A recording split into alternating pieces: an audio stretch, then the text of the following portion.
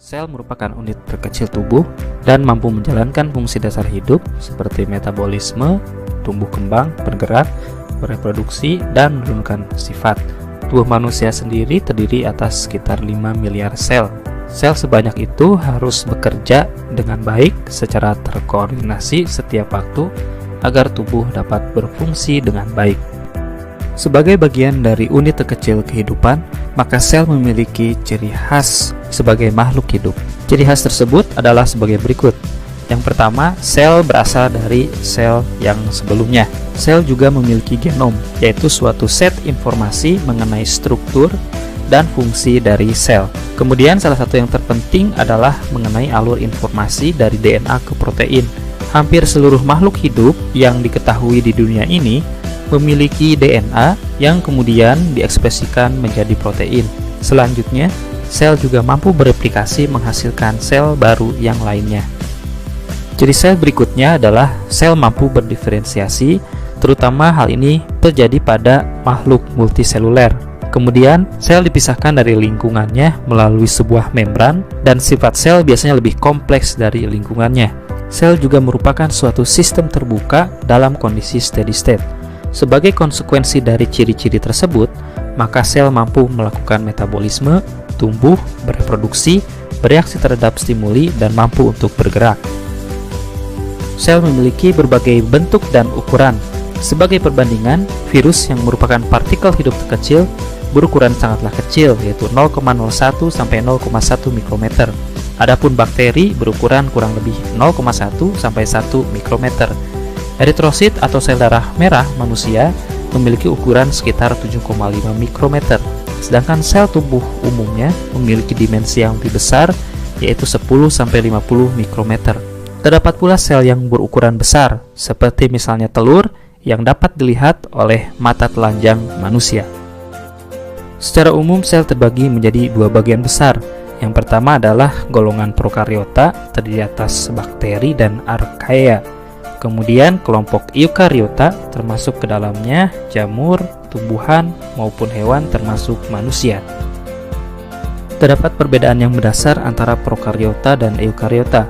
Di antaranya adalah pada prokariota tidak memiliki nukleus atau inti, dan DNA pada prokariota bersifat bebas tanpa ikatan dengan protein inti atau histon. Kemudian pada prokariota juga tidak ada kompartemen seperti mitokondria, vakuola, dan lain sebagainya. Serta ribosom pada prokariota adalah 70 Svedberg, sedangkan di eukariota 80 Svedberg. Berikut ini adalah skema bagian-bagian sel eukariota. Sel terbagi teratas membran sel, dan untuk tumbuhan terdapat dinding sel. Sedangkan isi dari sel terdiri atas nukleus dan sitoplasma. Sitoplasma sendiri terdiri atas organel dan sitosol. Kemudian organel sendiri dibagi lagi menjadi organel yang tanpa membran seperti ribosom dan sitoskeleton, serta organel yang dengan membran, baik itu dengan single membran maupun dengan double membran seperti mitokondria. Berikut ini adalah contoh skematik dari struktur umum dari sel hewan. Kita lihat di dalamnya terdapat berbagai macam struktur atau organel. Dengan fungsi organel tersebut akan dijelaskan sebagai berikut. Membran sen pada sel eukariota selain berfungsi sebagai batas sel juga bermanfaat pada sistem transport, komunikasi, serta koneksi dengan sel lain. Nukleus atau inti merupakan tempat DNA yang berfungsi sebagai replikasi dan transkripsi dari gen.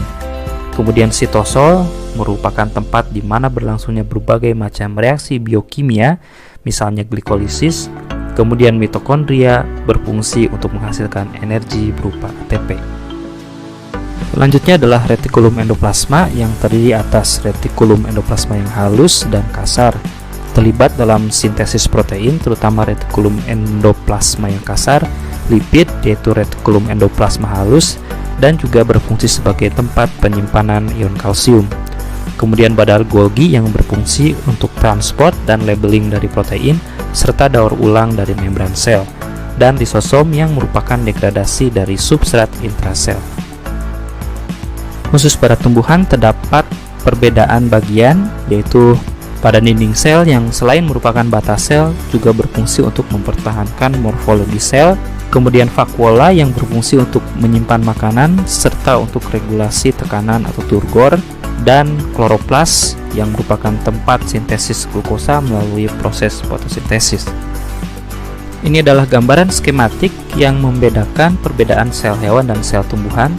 Pada sel tumbuhan ada dinding sel, kemudian terdapat vakuola yang mengisi volume yang cukup besar di dalam sel, serta tentu saja pada tumbuhan terdapat kloroplas. Adapun berdasarkan massa, komposisi kimia sel sebagian besar berupa air yang meliputi 80-85%, serta protein 10-15%. Sisanya berupa lipid, DNA, RNA, polisakarida, dan garam yang berupa ion. Sel juga sebagian besar terbentuk dari polimer. Polimer dengan berat molekul yang besar dibentuk dari monomer yang berat molekulnya lebih kecil. Rantai monomer ini dibentuk melalui proses reaksi kondensasi, yaitu eliminasi satu molekul air, serta degradasi polimer terjadi melalui proses hidrosilasi atau memasukkan satu molekul air. Ini adalah daftar monomer dengan polimer yang dibentuknya. Asam lemak dan gliserol akan membentuk polimer berupa lipid dan membran. Gula akan menghasilkan polimer polisakarida, nukleotida menghasilkan polimer asam nukleat DNA dan RNA, serta asam amino menghasilkan polimer berupa protein. Seperti disebutkan sebelumnya bahwa pada sel terdapat alur informasi dari DNA yang kemudian diekspresikan menjadi protein. Proses ini dimulai dengan proses inisiasi transkripsi dari DNA, yang kemudian DNA akan ditranskripsikan menjadi RNA.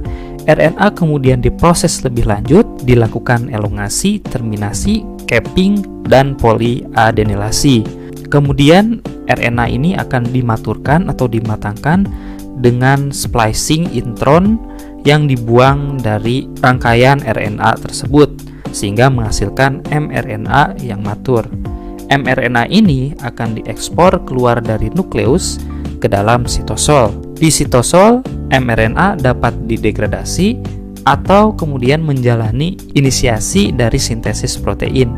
Setelah proses ini selesai, maka akan dilakukan terminasi dari sintesis protein, yang kemudian protein ini dapat dipakai, dan jika sudah tidak diperlukan lagi, maka akan didegradasi.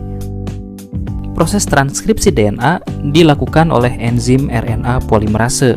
Akan tetapi untuk memulai transkripsi tersebut, enzim ini tidak bisa sendirian. Harus terlebih dahulu menempel di daerah yang namanya core promotor yang berada di sisi hulu dari gen yang akan dikodingkan. Core promotor ini memiliki area yang dinamakan tata box, di mana di sana akan menempel tata binding protein. Selain itu, terdapat pula berbagai macam faktor transkripsi basal yang bekerja bersama-sama dengan RNA dalam menjalankan proses transkripsi. Terdapat pula koaktivator yang akan memberikan fine tuning seberapa kuat transkripsi gen tersebut akan dijalankan. Selain itu, terdapat pula berbagai macam protein aktivator yang dikendalikan oleh regio enhancer dari DNA. Selain itu, ada pula regio DNA yang bersifat silencer yang diatur oleh represor yang fungsinya adalah sebagai umpan balik untuk menekan atau membatalkan proses transkripsi dari gen tersebut. Selanjutnya kita akan membahas mengenai membran sel dan lipid. Membran sel dibentuk dengan komponen utama adalah fosfolipid. Fosfolipid merupakan suatu molekul yang dibentuk dari fosfat, gliserol, dan asam lemak. Fosfolipid ini memiliki sifat utama yaitu amfifatik. Maksudnya bagian kepala yang terdiri atas kolin, fosfat, dan gliserol memiliki sifat hidrofilik atau mudah larut dalam air. Sedangkan bagian ekor yang terdiri atas asam lemak memiliki sifat hidrofobik atau sukar larut dalam air. Apabila fosfolipid ini dilarutkan dalam air, maka akan bisa membentuk struktur berupa misel atau struktur lipid bilayer berupa biomembran. Dalam struktur biomembran ini, fosfolipid dapat bergerak secara rotasi, fleksi, gerakan lateral, atau flip-flop di antara dua sisi biomembran. Pada membran sel juga tertambat berbagai macam jenis protein. Struktur protein yang berada di membran dapat berupa protein transmembran, kemudian protein yang terikat dengan lipid yang dapat berada di sisi sitosol atau sisi ekstraseluler. Kemudian protein ini juga dapat berikatan dengan protein yang lain, yang dalam hal ini adalah protein transmembran.